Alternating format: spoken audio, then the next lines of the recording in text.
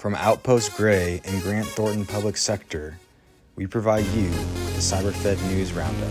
Tech news that matters. Hello and happy Friday, September 9th, 2022. I am your host, Jack Scott, and today I am providing you the Cyber-Fed News Roundup for the week of September 5th. Let's get into it. The Federal Housing Finance Agency failed to comply with binding order from the Homeland Security. The FHFA is the federal agency that governs mortgage lenders like Fannie Mae and Fannie Mac. A recent audit of FHFA revealed they had failed to comply with an order from Homeland Security to mitigate their cybersecurity issues. FHFA failed compliance because they do not have standard procedural documents in place to execute any requirements from Homeland Security. This is an issue because all federal agencies are required to comply with these orders. FHFA's response to this audit is that they have ongoing operations focused on mitigating these findings.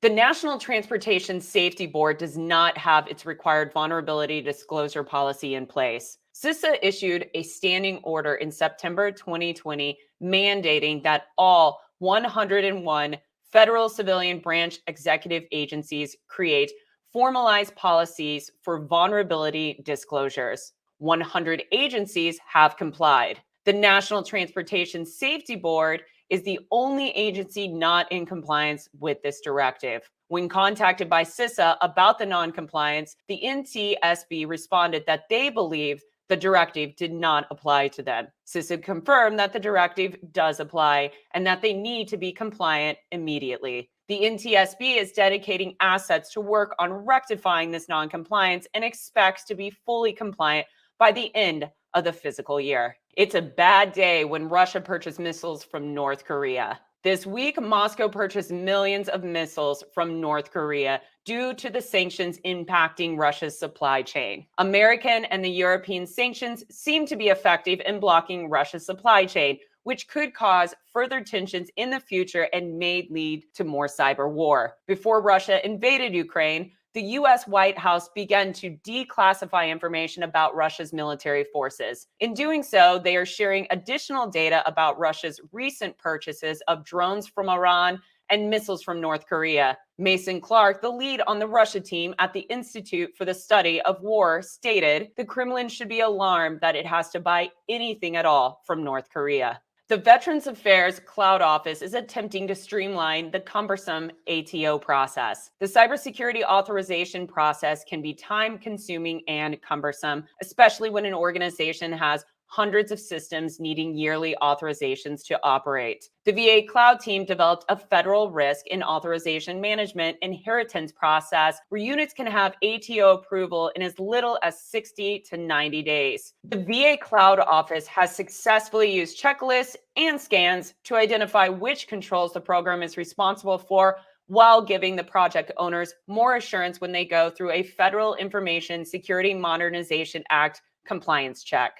The National Highway Traffic Safety Administration is refining its cybersecurity policies following the increase in electric and self-driving vehicles. Today, the National Highway Traffic Safety Administration's final version of the cybersecurity best practices for the safety of modern vehicles was published in the Federal Register. The draft addresses concerns around the data integrity and security of the vehicle's electronics and IoT devices. The document focuses on cryptographic techniques utilized to protect the vehicle from hackers. The document is the first step to expanding industry leaders' knowledge within the automotive cybersecurity landscape to help mitigate potential attacks from electronic exposures within vehicles.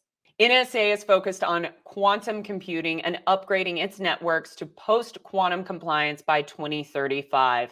The National Institute of Standards and Technology is the leader in post-quantum guidance, while NSA just released its guidance for post-quantum security. NSA is using the new commercial National Security Algorithm Suite 2.0, which is a suite of post-quantum algorithms that will be required for the national security systems to be utilized by 2035. CNSA 2.0 leverages the post-quantum guidance published last July by NIST. NIST post-quantum standards were designed for any enterprise and/or systems, including non-national security government systems, while CISA 2.0 focuses on NSS systems. Currently, NSA uses CISA 1.0 and did not provide a timeline for when they will begin moving the enterprise and NSS systems into CISA 2.0.